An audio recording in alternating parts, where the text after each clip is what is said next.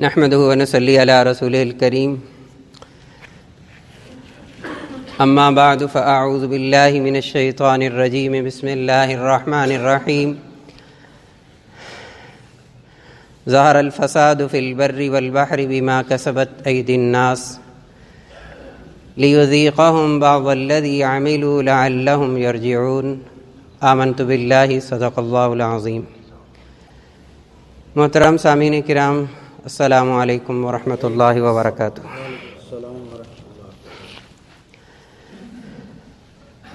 اللہ رب العزت نے جو ہم پر ایک احسان قرآن مجید کے ذریعے سے جو ہم سب پر کیا ہے، یہ اس ذات کا بہت بڑا احسان عظیم ہے۔ نبی ایسے عطا فرمائے کہ جو تمام انبیاء کے سردار، اور کتاب ایسی دی جو کہ اللہ کا کلام ہے۔ آج تک یعنی 1440 ہجری ہے،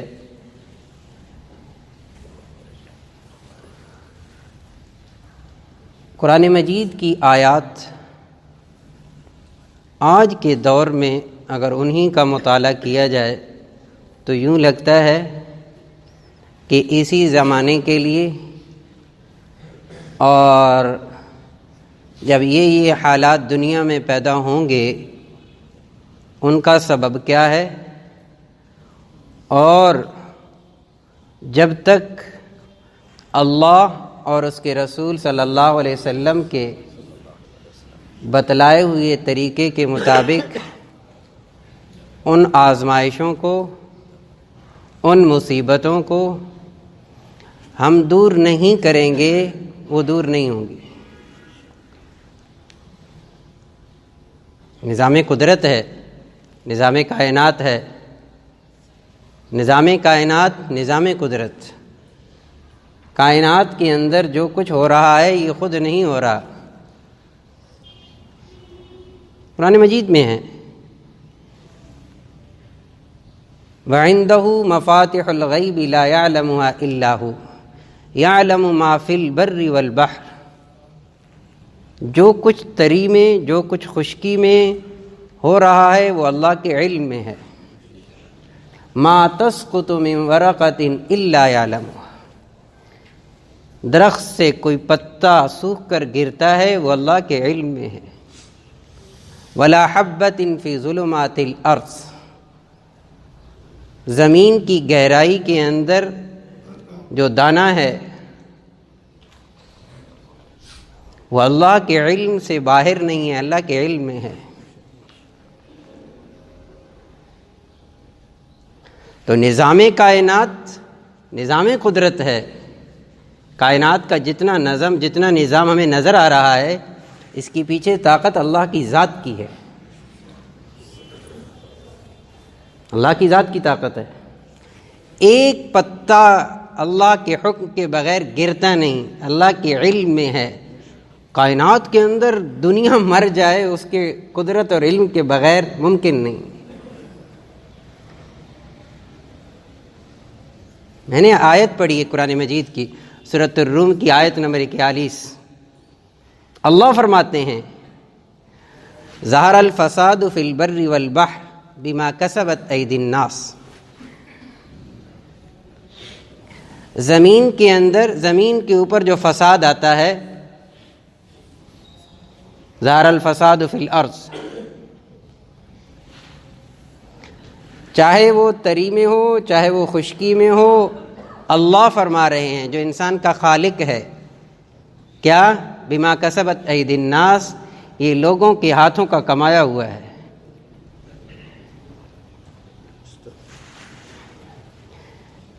دیکھیں، اللہ کی ذات کسی کی محتاج نہیں ہے، اس کا ایک ضابطہ ہے، میں اس ضابطے کی بات کر رہا ہوں۔ یہ نہیں ہے کہ نعوذ باللہ من ذالک والعیاذ باللہ اللہ اس کا محتاج ہے، نہیں، ہرگز نہیں، اللہ محتاج نہیں ہے۔ انسان کوئی کام کرے ایک ہے اس کی ذات کو نقصان، ایک ہے کائنات کے جو نظام ہے اس پر اس بندے کے ان برے کاموں کے اثرات، نیک کاموں کے بھی اثرات ہیں، برے کاموں کے بھی اثرات ہیں۔ میں 2 حدیث مبارکہ تھوڑے سے وقت میں سامنے رکھوں گا، 2 روایات۔ اس سے اتنی بات واضح ہو جائے گی کہ محمد الرسول اللہ صلی اللہ علیہ وسلم نے اس زمانے میں جو خیر کا زمانہ تھا، کیا اللہ نے ان کو علم دیا تھا کہ جس علم کی بنیاد پر رسول اللہ صلی اللہ علیہ وسلم نے جو بات ارشاد فرمائی، کیا وہ پوری کی پوری ہم پر سچی ہو رہی ہیں کہ نہیں؟ اگر ہو رہی ہیں، یعنی 2 چیزیں سامنے ہونی چاہیے۔ میری بات تھوڑی سی مشکل لگے گی لیکن انشاءاللہ واضح ہو جائے گی۔ 2 چیزیں سامنے رکھنی ہیں۔ ایک ہے جو حالات اس وقت ہمارے سامنے ہیں، وہ ہم سب کو نظر آ رہے ہیں، ان حالات کا تعلق کس سے ہے یہ دیکھنا ہے۔ وہ ہمیں بتلا رہے ہیں اللہ اور محمد الرسول اللہ صلی اللہ علیہ وسلم۔ حالات کو درست کرنا ہے تو طریقہ بھی محمد الرسول اللہ صلی اللہ علیہ وسلم والا، اور ان گناہوں کو ہم نے چھوڑنا ہے، تب جا کر حالات ٹھیک ہوں گے۔ ٹھیک ہے، ایک ظاہری اسباب ہے، اس سے انکار نہیں ہے، میں بہت بات کر چکا ہوں اس پر، بہت بات ہو چکی اس پر۔ ظاہری اسباب سب کو پتہ ہے کہ حالت یہ آئے انسان کی جسم پر تو ظاہری طور پر یہ کر لیا جائے تو ٹھیک ہو جاتا ہے، درست ہے، ٹھیک ہے، اس کا انکار نہیں ہے۔ لیکن ایک اور چیز بھی ہے، اس کی مثال میں عرض کروں گا بات کو سمجھانے کے لیے۔ پانی کی ٹینکی ہے، اس کے اندر ایک جانور گر جائے اور اس کے اندر وہ جانور مر جائے، اس ٹینک پھٹ گیا، مر گیا اس کے اندر، اس کو پاک کرنے کا کیا طریقہ ہے؟ پانی کو نکالا جائے گا، اس کو دھویا جائے گا، صاف کیا جائے گا، اور جو جانور گرا ہے اسے نکالا جائے گا۔ جانور کو، اس مردہ کو اس ٹینکی کے اندر سے نہ نکالا جائے اور باقی ساری کی ساری ٹینکی کو خوب واش کر دیا جائے بڑے بڑے کیمیکل کے ذریعے، مہنگے مہنگے کیمیکل کے ذریعے سے، اور وہ مردہ اندر ہی رہے، ٹینکی پاک نہیں ہوگی، بدبو آئے گی۔ جتنا مرضی مہنگے سے مہنگا کیمیکل استعمال کر لو، وہ گند نکالنا پڑے گا۔ جب تک وہ گند رہے گا ٹینکی نہ صاف ہوگی، نہ ٹینکی کا پانی پاک ہوگا۔ جتنا مرضی زور لگا لو، جتنا مرضی پیسہ لگا لو، جتنا مرضی خرچ کر لو، اسی کو سامنے رکھیے۔ میں پھر عرض کروں گا، حالات جو اس وقت ہیں امت مسلمہ پر، پوری دنیا پر، اس سے ہر بندہ باخبر ہے، ہر بندہ باخبر ہے، اور اس کو دور کیسے کرنا ہے اس کے 2 راستے ہیں، ایک ظاہری طور پر ہیں اور ایک وہ ہیں جو محمد الرسول اللہ صلی اللہ علیہ وسلم نے ہمیں بتلائے ہیں۔ جامع ترمذی کی روایت ہے، جامع ترمذی کی، سیدنا ابو ہریرہ رضی اللہ تعالیٰ عنہ فرماتے ہیں: اذا اتخذ الفیء دولا والامانۃ مغنما والزکاۃ مغرما وتعلم لغیر الدین واطاع الرجل امرأته وعق امه وادنى صدیقه واقصى اباه وظہرت الاصوات فی المساجد۔ میں ساتھ ساتھ ترجمہ کر دیتا ہوں، ترجمے سے بات واضح ہو جائے گی۔ پہلی بات رسول اللہ صلی اللہ علیہ وسلم نے ارشاد فرمائی، جب اس امت کے اندر، جب اس قوم کے اندر، پہلی بات اذا اتخذ الفیء دولا، جب مال غنیمت کے اندر، مال فیء کے اندر، مال غنیمت کے اندر خیانت ہونا شروع ہو جائے گی۔ تھوڑی سی بات وضاحت کے لیے عرض کروں گا۔ دشمن سے جنگ ہوتی تھی اور ان کا جو مال آتا تھا وہ سارے کا سارا مسلمانوں کے پاس مال غنیمت کہلایا جاتا تھا، اور پھر اس کی تقسیم خود رسول اللہ صلی اللہ علیہ وسلم فرماتے تھے۔ ایک قسم کا اگر میں آج کے دور میں سامنے رکھ کر اس کا مفہومی مطلب بیان کروں تو وہ سرکاری مال ہوتا تھا، مال غنیمت، سرکاری مال۔ سیدنا عمر ابن خطاب رضی اللہ تعالیٰ عنہ کا دور ہے، ایک جگہ سے بہت زیادہ مال غنیمت آیا جس میں سونا بھی تھا اور بہت بڑا ڈھیر۔ آپ معائنہ کر رہے تھے، سعد بن ابی وقاص رضی اللہ تعالیٰ عنہ بڑی عجیب بات کہی، کہنے لگا، اے عمر بن خطاب، جو کچھ آپ کو نظر آ رہا ہے اس میں ذرہ برابر بھی خیانت نہیں کی گئی، انتہائی دیانتداری کے ساتھ جو کچھ وہاں سے حاصل ہوا ہے سارے کا سارا امیر المومنین آپ کے سامنے ہے۔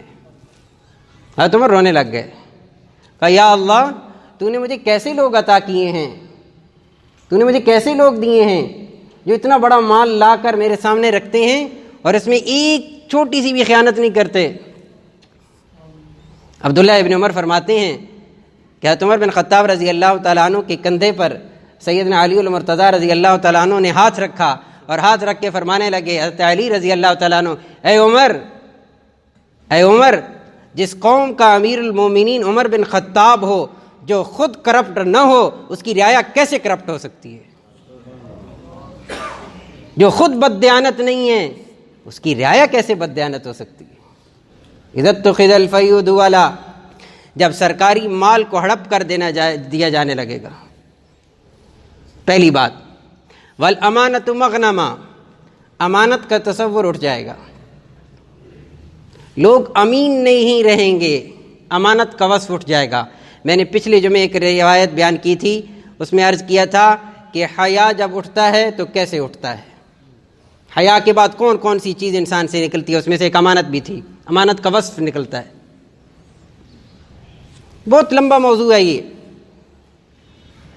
یہ کہنا بہت آسان ہے، میں معذرت سے عرض کروں گا، یہ کہنا بہت آسان ہے، فلاں بڑا خائن ہے، فلاں بڑا کرپٹ ہے، فلاں بڑا خائن ہے، فلاں خیانت کرتا ہے۔ یاد رکھنے کے قابل بات یہ ہے، ہم نے اپنی نئی نسل کی بنیاد کیا امانت داری پہ رکھی ہے؟ امین بنایا ہے اپنی اولاد کو؟ یہ چیزیں خدا دادی صلاحیتیں نہیں ہیں، یہ پیدا کرنی پڑتی ہیں۔ امین، والامانۃ مغنما۔ نمبر 3، والزکوٰۃ مغرما۔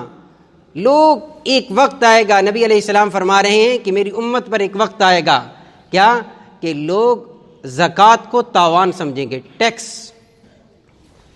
سمجھیں گے۔ والزکوٰۃ مغرما، زکوٰۃ تو پھر بھی دیتے ہیں، کتنے ہیں جو عشر دیتے ہیں، کتنے ہیں جو عشر دیتے ہیں؟ یہ اب بارشیں ہو رہی ہیں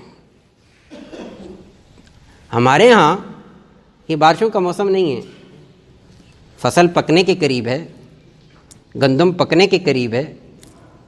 یہ اللہ، جب ایک روایت میں ہے، جب پوچھا کہ اللہ کی ناراضگی کی علامات ہمیں کیسے پتہ چلے اللہ راضی ہیں اللہ ناراض ہیں؟ جب ضرورت ہو بارش ہو اللہ راضی، جب فصلیں پک چکی ہوں اللہ بارشیں دے، یہ اللہ کا عذاب ہے، یہ اللہ کا عذاب ہے۔ قوم سبا کا پڑھ لیا جائے واقعہ، کیا تھا؟ یہی گھمنڈ تھا۔ ہم نے کیا کیا؟ سیل العارم، ایک بہت بڑا ڈیم بنایا قوم سبا نے، اور اسی کی بل بوتے پر خدا کو للکارا، اسی رب کا انکار کیا جس رب نے پانی دیا، اسی پانی کو سٹاک کیا، اس پانی سے آگے کھیتوں اگائے۔ اور کیا تھا؟ ایک باغ کے اندر ایک بندہ جاتا تھا، ٹوکری خالی رکھتا تھا، پھلوں سے بھر جاتی تھی، قرآن مجید کے اندر ہے۔ اور پھر کیا ہوا؟ ایک رات کے اندر اللہ فرماتے ہیں میں نے تہس نہس کر کے رکھ دیا، ذالک جزیناہم بما کفروا۔ وہ چند جھاڑیاں رہ گئی تھیں، چند وہ تھوڑی چیزیں رہ گئی تھیں، کچھ بھی نہیں چھوڑا۔ اللہ خود فرما رہے ہیں کیوں کیا؟ یہ بدلہ دیا میں نے ان کے انکار کا۔ بس زکوٰۃ مغرمہ، زکوٰۃ کو تاوان سمجھیں گے، زکوٰۃ کو ٹیکس سمجھیں گے۔ وَتُعَلِّمَ لِغَيْرِ الدِّينِ، علم دین اللہ کو راضی کرنے کے لیے نہیں سیکھیں گے، کوئی اور مقاصد ہوں گے، اور مقاصد ہوں گے۔ اب کیا علم دین، کیا غیر علم دین؟ اب تو وہ ایک ڈگری ہے، بس اس کی قدر ہے۔ علم صفات کا نام ہے، علم صفات کا نام ہے۔ سیدنا ابو ہریرہ رضی اللہ تعالیٰ عنہ ایک جگہ سے گزر رہے تھے، ایک یہودی نے ایک صحابی سے پوچھا تمہارا قرآن کیا ہے، تمہارا قرآن کیا ہے؟ انہوں نے ابو ہریرہ کی طرف اشارہ کر کے کہا وہ قرآن جا رہا ہے، جو کچھ قرآن میں موجود ہے، جو کچھ احادیث میں موجود ہے، عملی شکل کے اندر دیکھنا ہو تو ابو ہریرہ کو دیکھو۔ کوئی ڈگری کا تصور ہی نہیں تھا، تو علم رہا ہی نہیں، اب تو ڈگریاں ہیں۔ استعدادیں کہاں تک ہیں اب سب جانتے ہیں، کس کے لیے پڑھا جا رہا ہے ہم سب جانتے ہیں۔ وَتُعَلِّمَ لِغَيْرِ الدِّينِ وَأَطَاعَ الرَّجُلُ امْرَأَتَهُ، ایک وقت اس امت پر آئے گا کہ لوگ مرد اپنی بیویوں کے فرما بردار ہو جائیں گے۔ وَأَطَاعَ الرَّجُلُ امْرَأَتَهُ وَأَقَّ أُمَّهُ، اپنی ماؤں کے نافرمان ہو جائیں گے۔ بیویوں کے فرما بردار، ماؤں کے نافرمان۔ وَأَدْنَا صَدِيقَهُ، دوست کو قریب کریں گے، اقصا اباہو، باپ کو دور کریں گے۔ وظہرت الاصوات فی المساجد، مساجد کے اندر جو عبادت گاہ ہے، جس کے جو اللہ کا گھر ہے، جس کے اندر عبادت کی جاتی ہے، اس کے اندر سے طرح طرح کی آوازیں اٹھنا شروع ہو جائیں گی۔ بہت سارے اس کے معنی کیے گئے، وظہرت الاصوات فی المساجد۔ یا موبائل کی شکل میں دیکھ لیں تو پتہ نہیں کس قسم کی ٹیون۔ میں ایک بات عرض کروں گا، میرا ایک اچھا گمان یہ ہے حقیقتاً کہ جس بندے کی نماز میں موبائل کی گھنٹی بجتی ہے نا، وہ جان بوجھ کر اس کو کھلا نہیں چھوڑتا، بھول جاتا ہے، یہ بھول جاتا ہے۔ ایسا نہیں ہے کہ کوئی بندہ جان بوجھ کر اس کو کھول کے لائے، بعض دفعہ ہو جاتا ہے بندہ بھول جاتا ہے، لیکن موبائل کی جو گھنٹی ہے، ٹیون ہے، کم از کم وہ تو بندہ سادہ لگا لے، وہ تو اس کی اختیار میں ہے، وہ تو اس کی اختیار میں ہے۔ بعض اچھے کلمات بھی لگاتے ہیں، اذان ہے، تلاوت ہے، میں تو اس کو بھی منع کر دیتا ہوں، اس لیے کہ انسان ہے، واش روم میں ہو تو، اس لیے انتہائی سادہ قسم کی لگائی جائے، کم از کم اس سے بچا جائے۔ اور شور شرابے سے، ایک دوسرے سے بحث سے، ایک دوسرے سے تکرار سے مساجد میں کرنے سے بچا جائے۔ وزارت الاصوات فی المساجد۔ وساد القبیلۃ فاسقہم، قبیلے کا سردار فاسق ہوگا۔ فاسق کہتے ہیں گناہ کبیرہ کرنے والا، کھلا گناہ کرنے والا۔ اس قبیلے کا جو سردار ہوگا وہ فاسق ہوگا۔ وَكَانَ زَعِيمُ الْقَوْمِ أَرْذَلُهُمْ، قوم کا جو سردار ہوگا وہ اس قوم کا انتہائی ذلیل ترین آدمی ہوگا، اچھا آدمی سامنے نہیں آئے گا۔ وَأُكْرِمَ الرَّجُلُ مَخَافَةَ شَرِّهِ، لوگ دوسروں کی عزت کریں گے اس کے شر سے بچنے کے لیے، کہ ہم اس کی عزت نہیں کریں گے یہ گلے پڑ جائے گا، اسے سلام نہیں کریں گے یہ گلے پڑ جائے گا۔ وَأُكْرِمَ الرَّجُلُ مَخَافَةَ شَرِّهِ۔ وَظَهَرَتِ الْقَيْنَاتُ وَالْمَعَازِفُ، گانے والیاں عام ہو جائیں گی، گانا گانے والی عورتیں عام ہو جائیں گی۔ وَظَهَرَتِ الْقَيْنَاتُ وَالْمَعَازِفُ، گانے بجانے کے آلات عام ہو جائیں گے۔ وَظَهَرَتِ الْقَيْنَاتُ وَالْمَعَازِفُ، گانے والیاں ظاہر ہو جائیں گی، عام ہو جائیں گی۔ معزز سمجھی جانے لگیں گی اسلامی جمہوریہ پاکستان کے اندر۔ قوم کا سرمایہ جس کو رسول اللہ صلی اللہ علیہ وسلم قیامت کی علامت بتلا رہے ہیں، آپ نے فرمایا مجھے آلات موسیقی توڑنے کے لیے بھیجا گیا ہے۔ پتہ نہیں کتنی باتیں اس پر کی گئی ہیں، جائز ہے ناجائز ہے۔ آپ نے فرمایا الغناء ينبت النفاق في القلب كما ينبت الماء الزرع، گانا دل کے اندر نفاق کو ایسے پیدا کرتا ہے جیسے کھیتی کو پانی دو اور پانی سے کھیتی اگتی ہے۔ ایمان کی ضد ہے نفاق۔ وظہرت الکائنات والمعازف وشربت الخمور، شراب کثرت سے پی جائے گی۔ ایک روایت میں ہے رسول اللہ صلی اللہ علیہ وسلم نے فرمایا لوگ ایک وقت آئے گا شراب پئیں گے اس کا نام بدل کر، نام بدل دیں گے، نام بدل دیں گے، ہوگی شراب۔ کیا اب بھی تک کی دلیل ہے کہ جی قرآن مجید میں تو ہے شراب نجس ہے نہ کہ حرام ہے؟ انما الخمر والمیسر والانصاب والازلام رجس من عمل الشیطان، اللہ کہتا ہے یہ تو گندگی ہے، یہ تو نجاست ہے، حرام تو نہیں کہہ رہا اللہ۔ یاد رکھنا میری بات، حرام سے بڑھ کر ہے نجاست۔ کپڑے پہ نجاست لگی ہوئی ہو، کسی بھی مفتی صاحب سے پوچھ لیں، نماز نہیں ہوگی۔ حرام کے پیسے جیب میں پڑے ہو جائیں گے، فرض نماز تو ہو جائے گی۔ اللہ نے اس سے بڑھ کر لفظ استعمال فرمایا، یہ ریس گندی چیز ہے۔ وشربت الخمر، آخری بات کیا فرمائی؟ ولعن آخر هذه الامة اولها، اس امت کا آخری طبقہ، ہم آخری طبقہ ہیں، یاد رکھنا، اب آخر کی طرف ہی جا رہے ہیں۔ اس امت کا آخری طبقہ، ولعن آخر هذه الامة اولها، پہلے لوگوں کو لعن طعن کرے گا، صحابہ کو لعن طعن کرے گا۔ اس دور کی یہ باتیں اس دور کی ہیں، اونٹوں کا دور۔ ولعن آخر هذه الامة اولها، یہ ساری باتیں جو میں نے شروع سے گنی اب تک، یہ جب ہو جائیں گی اس امت کے اندر، اب دیکھیے اللہ اس امت پر، ان لوگوں پر حالات کیا لائیں گے وہ بھی بتلایا۔ فَلْيَرْتَقِبُوا، پھر آپ نے فرمایا قریب ہے، پھر انتظار کرو۔ ریحًا حمرا، سرخ آندھیاں چلیں گی۔ وَزَلْزَلَةً، زلزلے آئیں گے۔ وَخَسْفًا، زمین کے اندر دھنسائے جائیں گے۔ وَمَسْحًا، چہرے بگڑ جائیں گے۔ وَقَذْفًا، آسمانوں سے اللہ پتھر برسائے گا۔ وَآیَاتٍ، اور اللہ کی طرف سے مصیبتیں، آزمائشیں اس طرح نازل ہوں گی اس قوم پر، جب یہ قوم یہ سارے کام کرنا شروع کر دے گی۔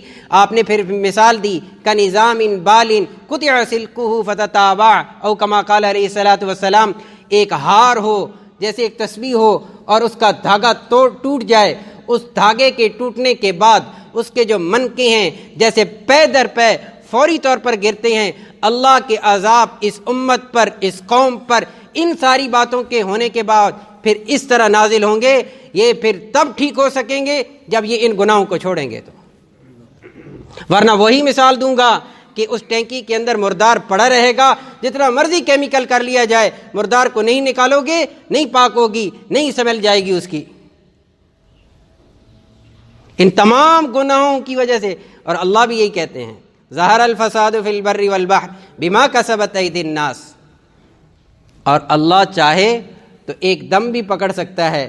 سورۃ النحل کی آیت نمبر 61 میں فرمایا، لو یؤاخذ اللہ الناس بما کسبوا ما ترک علی ظہرہا من دابہ، اگر اللہ چاہے سارے انسانیت کو ایک دم عذاب دے کر نازل کر دے، اور ما ترک علی ظہرہا من دابہ، ایک جاندار بھی زمین پہ چلتا نظر نہ آئے، وہ کر سکتا ہے، قرآن مجید میں۔ ولیکن یؤخرہم، تمہیں مہلت دیتا ہے۔ ولا تحسبن اللہ غافلا عما یعمل الظالمون، سورہ ابراہیم آخری رکوع۔ ولا تحسبن اللہ، تم ہرگز یہ گمان نہ کرو کہ اللہ تم سے غافل ہو چکا ہے جو کوئی ظلم کر رہے ہو۔ انما یؤخرہم، وہ تمہیں ڈھیل دیتا ہے، اس نے ایک وقت رکھا ہے۔ اس لیے بحیثیت امت مسلمہ کے، بحیثیت ایک مسلمان ہونے کے، ہم سب کا فریضہ یہ ہے، سب سے پہلا کام یہ کیا جائے، اللہ کی نافرمانی کو چھوڑا جائے۔ اور رسول اللہ صلی اللہ علیہ وسلم نے جن جن گناہوں پر جو عذاب نازل ہونے کے بارے میں ہیں، ان گناہوں کو چھوڑنا پڑے گا، پھر حالات ہمارے عین مطابق آئیں گے۔